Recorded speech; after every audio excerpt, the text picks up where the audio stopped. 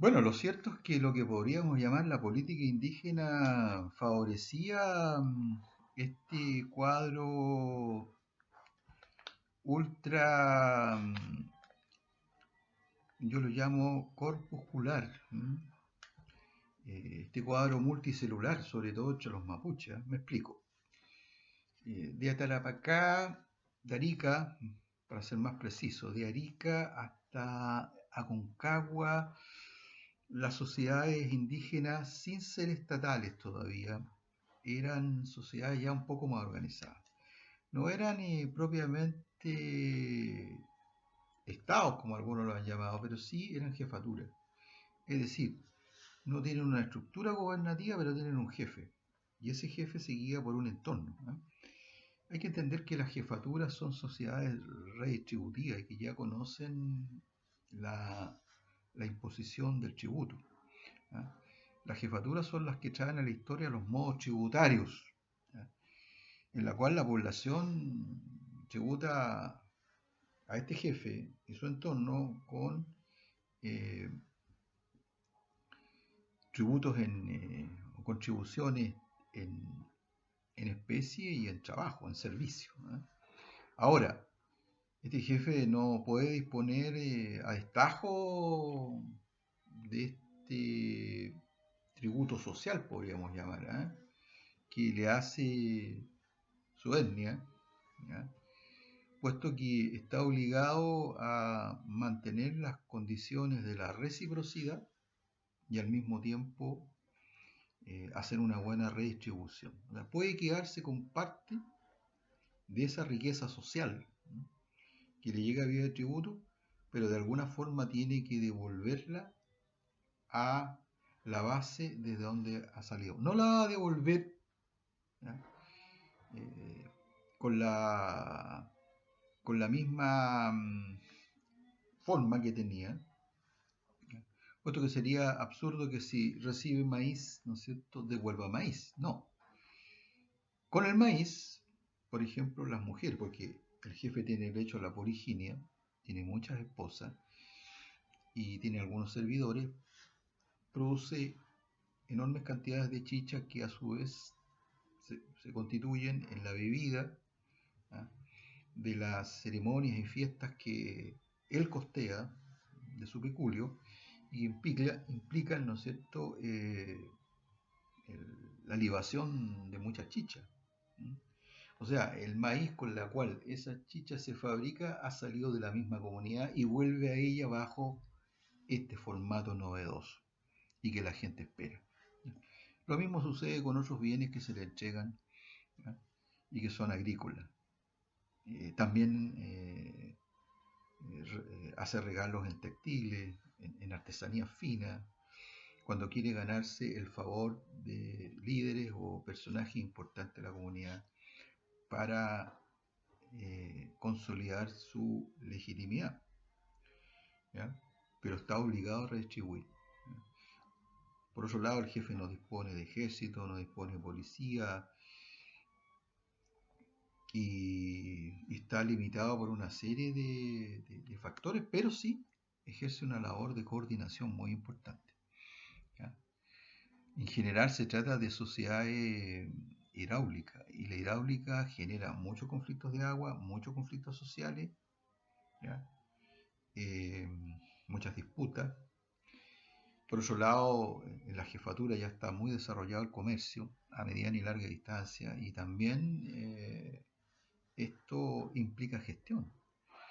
Y hay otra serie de factores, la defensa común, por ejemplo, queda conferida a la jefatura y por lo tanto tiene que velar también por el aspecto bélico, ¿no?, de la comunidad, o sea, generar un poder militar disuasivo que no está basado en un ejército propio, sino que está basado, ¿ya?, en los campesinos mismos que, organizados por él, pueden repeler un ataque exterior o hacerlo también si la comunidad está de acuerdo.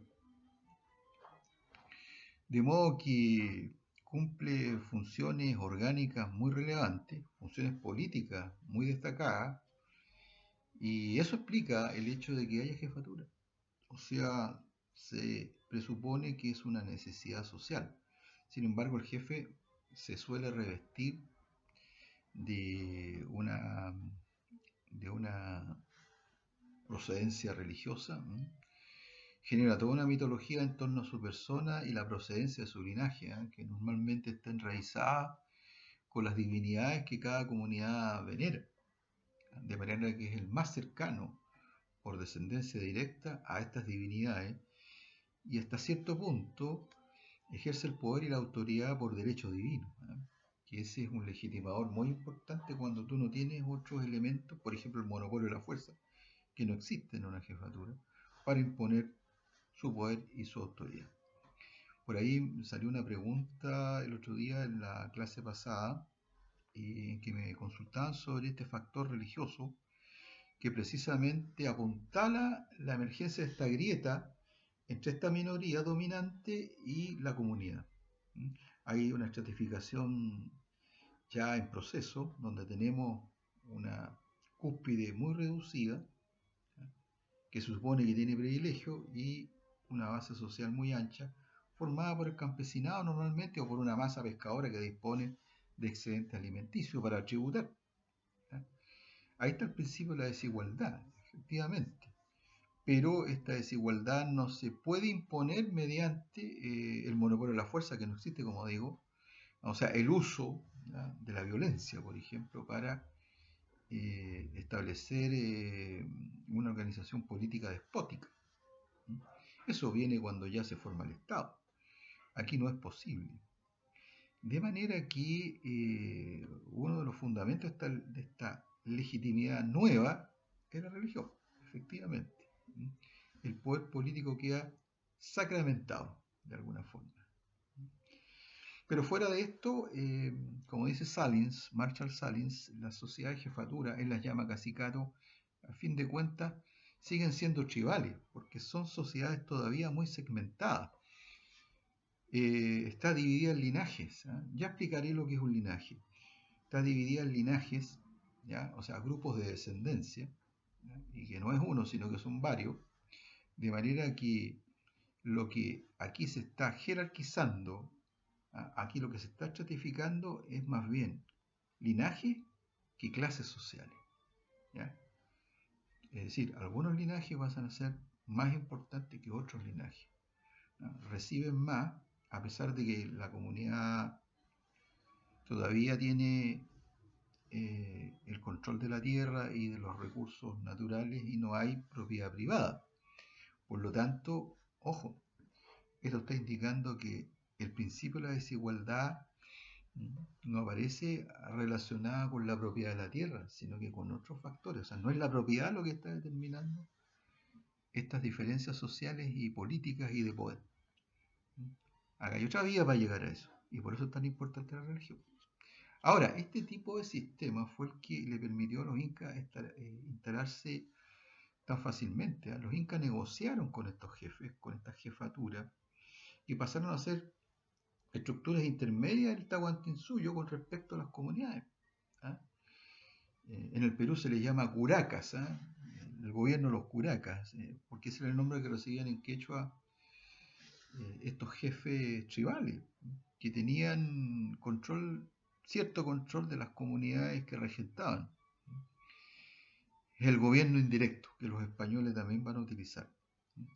O sea, esto era posible allí donde existían los señoríos jefaturas. ¿Y dónde existían? La cultura arica, la cultura pica, Tarapacá, en el altiplano aymara, ¿no es cierto? Existía en Atacama, los Licanantay, existían los valles de Aguita, en Copiapó, que no era de Aguita, ahora lo sabemos por la arqueología, Copayapo, los valles de Aguita, y sobre todo el valle de Aconcagua, donde estaba centralizado el poder incaico en Chile,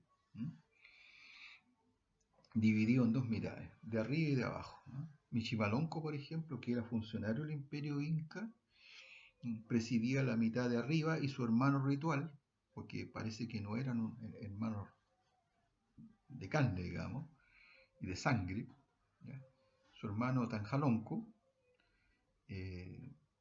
dirigía en la mitad de abajo, o sea, lo que es la parte más rica, Quillota. Bueno, y la cuenca del Mapocho ya era prácticamente el último reducto que el imperio tenía hacia el Collasuyo y el fin, ¿no es cierto?, del Tahuantinsuyo, que llegaba prácticamente hasta el río Maipo. Habían intentado alcanzar el Maule, pero una gran alianza mapuche los contiene, los derrota y los obliga a retroceder a la cuenca del Mapocho, y por eso la cuenca del Mapocho genera este colchón de seguridad o esta franja de seguridad, ¿no es cierto?, en todo el tramo que queda hasta el Maipo. De manera que esto hasta cierto punto facilitaba el hecho de que el Inca pudiera establecerse como modo tributario, ¿no es cierto? Y lo hace, implementa la mita. Recuerden que los incas se dirigían más que a captar especies, a captar energía de trabajo, ¿no? Y muy bien organizada porque era un imperio estadístico, un imperio matemático prácticamente, ¿ya? Pero más al sur no podía. ¿Por qué? Porque al sur del Maipo ya se iniciaba el Chile rebelde, el Chile más segmentario, porque no había jefatura, lo que había eran aquello que los antropólogos políticos llaman tribus, sociedades tribales, es decir, sociedades acéfalas. Las tribus normalmente son o ganaderas o son, lo que es más común, agrarias, agrícolas, ¿ya? Y no, muchas veces viven en aldea o en villorrio, ¿eh? En el caso de los mapuches ni siquiera eso. Pero una característica de su política es ser acéfala, o sea, no tienen gobierno y no tienen jefatura. O sea, no tienen ninguna forma centralizada de hacer la gestión política. Lo que sí hay, por supuesto, que reconocen dirigentes, reconocen jefes muy débiles, ¿ya? Salvo los toquis en la guerra o los generales que tienen una gran autoridad, pero mientras dura el conflicto. En lo ordinario, en la situación de paz, el cacique o lonco tiene muy poco poder. Y la sociedad está segmentada en multiplicidad de células, es un cuerpo multicelular, como señalaba. Cada célula es lo que Osvaldo Silva ha llamado un grupo corporado. ¿Qué es lo que es un grupo corporado? ¿Ya? Es una asociación, ¿ya?, de parientes que obedecen solamente a sus propios jefes y velan por sus propios intereses separados de otros.